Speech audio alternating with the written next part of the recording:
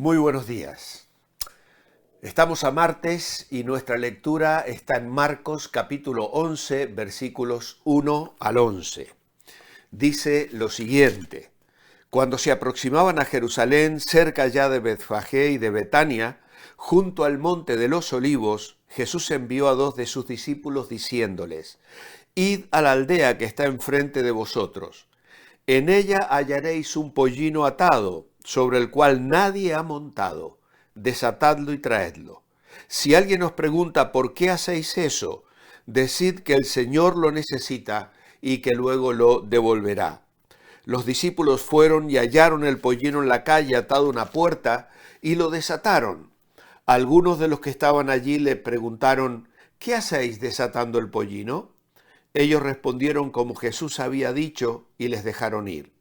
Los discípulos trajeron el pollino, echaron encima sus mantos y Jesús se montó en él. Muchos alfombraban con sus mantos el camino, otros lo hacían con ramas que habían cortado en el campo, y los que iban delante y los que venían detrás le aclamaban diciendo: Hosana, bendito el que viene en el nombre del Señor, bendito el reino que viene, el reino de nuestro padre David, Hosana en las alturas. Entró Jesús en Jerusalén y fue al templo.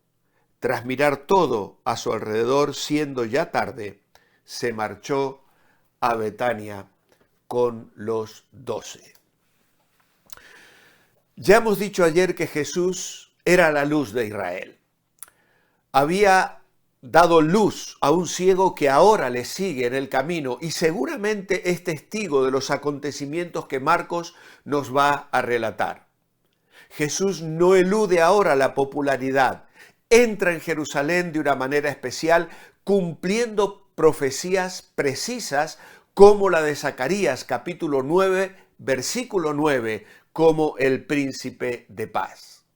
Es en base a este versículo que el domingo se nos presentó el bosquejo del mensaje. El rey prometido es un rey humilde. El rey prometido es un rey salvador. El rey prometido es un rey justo. En Segunda de Reyes, capítulo 9, versículo 13, se cuenta cómo en la exaltación de Jehú a rey de Israel, los que con él estaban colocaron sus mantos debajo de sus pies en forma de estrado para homenajearle como rey. Es la única vez que encontramos en la Escritura algo similar a lo que acontece en este momento en lo que conocemos como la entrada triunfal. Y aquí vemos al pueblo de Israel recibiendo al Señor con las palabras del himno que cantaban en la Pascua. Lo explicó también Alan el domingo, el Hillel, el Salmo 118, la porción del versículo 25 y 26, una porción que estaba en la mente y el corazón de los peregrinos que habían cantado todos estos himnos mientras caminaban subiendo a Jerusalén, a la casa del Señor, al templo de Dios, para presentar allí sus ofrendas. Estos eran salmos que estaban grabados a fuego en la mente y el corazón de aquel pueblo que amaba a su Dios y que venía a presentar el sacrificio. Y en este caso, el contexto es Hosana, que significa sálvanos ahora, o sálvanos hoy, o sálvanos pues.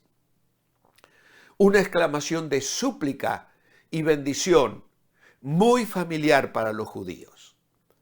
Así que este salmo, que es una liturgia de acción de gracias, pertenecía a esos llamados salmos Jalel del 113 al 118 que se cantaban en las grandes festividades.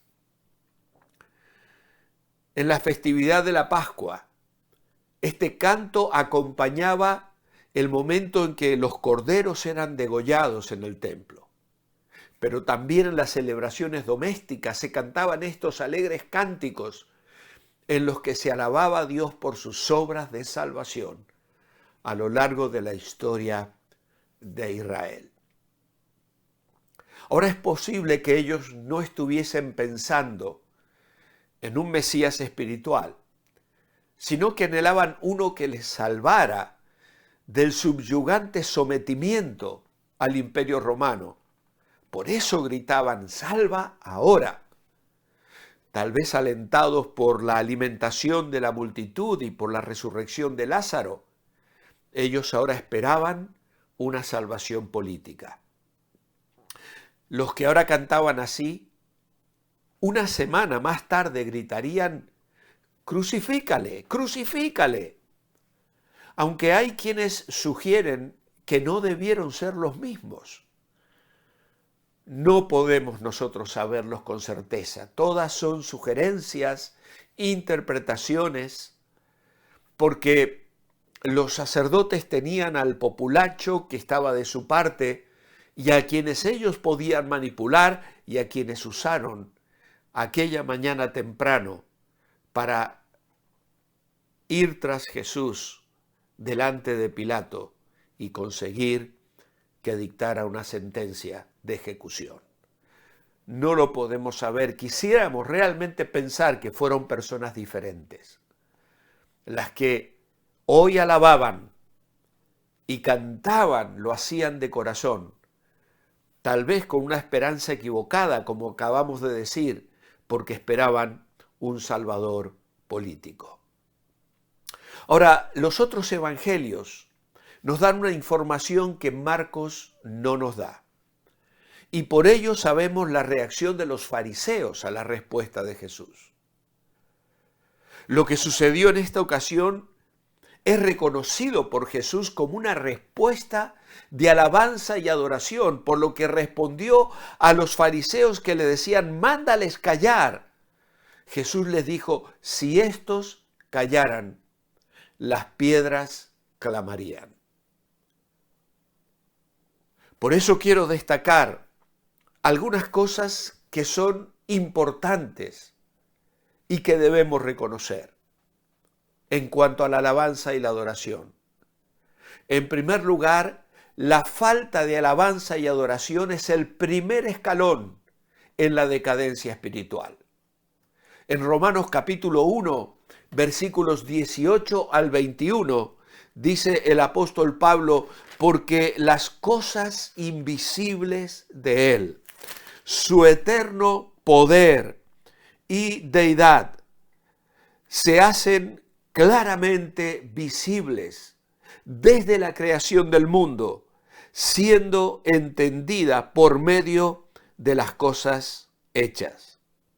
Pues Dios mismo se lo manifestó.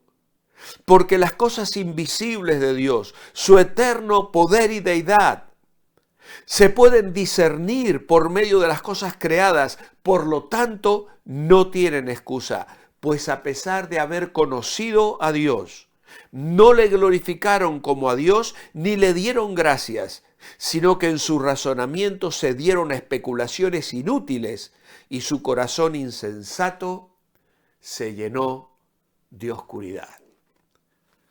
El corazón entenebrecido, la mente, los pensamientos.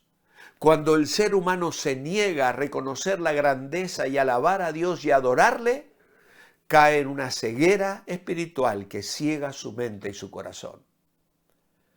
Pero en segundo lugar, quiero deciros hoy que el primer opositor a la alabanza y a la adoración es Satanás, porque él la quiere para él. Lucas capítulo 4, versículos 5 al 8, en la tentación, leemos lo siguiente. El diablo le llevó a un lugar alto y le mostró en un momento todos los reinos de la tierra y le dijo, te puedo dar todo el poder y la grandeza de estos reinos que me ha sido entregada y yo se la doy a quien quiero. Si postrado me adoras, todo será tuyo. Jesús respondió, vete de mí, Satanás. Escrito está, al Señor tu Dios adorarás y a Él solo servirás. Así que la alabanza y la adoración Cuando no se expresan de corazón es porque la mente está entenebrecida. Pero también tenemos que saber que el primer opositor a la alabanza sincera y a la adoración de corazón es nuestro enemigo, Satanás, que quiere la adoración para sí mismo. Pero también permíteme decirte hoy que si Satanás no logra impedir que le adores a Dios, procurará que tu alabanza y la mía sea defectuosa. Y es lo que sucedió en el caso de Caín. Puedes leerlo en Génesis 4, una adoración mediocre, no conforme al corazón de Dios. Así sucedió con Nadab y Abiú en Levítico. Capítulo 10, una adoración sin sumisión. Así fue con Saúl en 1 Samuel 13:11, una adoración sin fe. Porque comenzó a mirar que la gente se le desertaba y que el enemigo estaba a las puertas y que Samuel no llegaba y adoró sin confianza, sin obediencia, sin dependencia de Dios. Lo mismo le pasa a David en 2 Samuel 6. Una adoración sin obediencia, trasladan el arca sin mirar cómo debía hacerlo en la palabra de Dios. Y así fue con la adoración de la nación de Israel. E Isaías 29:13 dice, este pueblo de labios me honra, pero su corazón está lejos de mí. ¿Por qué? Porque estaban presentando una adoración por obligación, sin temor ni amor a Dios. Querido hermano, que hoy valoremos el significado de la alabanza en nuestra vida personal. Recordemos que el primer opositor a ella es el mismo Satanás, que trata de impedir que de nuestros corazones broten raudales de adoración y bendición al Hijo de Dios, al Rey de Israel, nuestro Señor y Salvador Jesucristo. A Él le adoramos hoy y siempre, en su nombre. Amén. Mi oración escrita esta mañana es, amado Padre, queremos ser adoradores sinceros, enamorados de ti.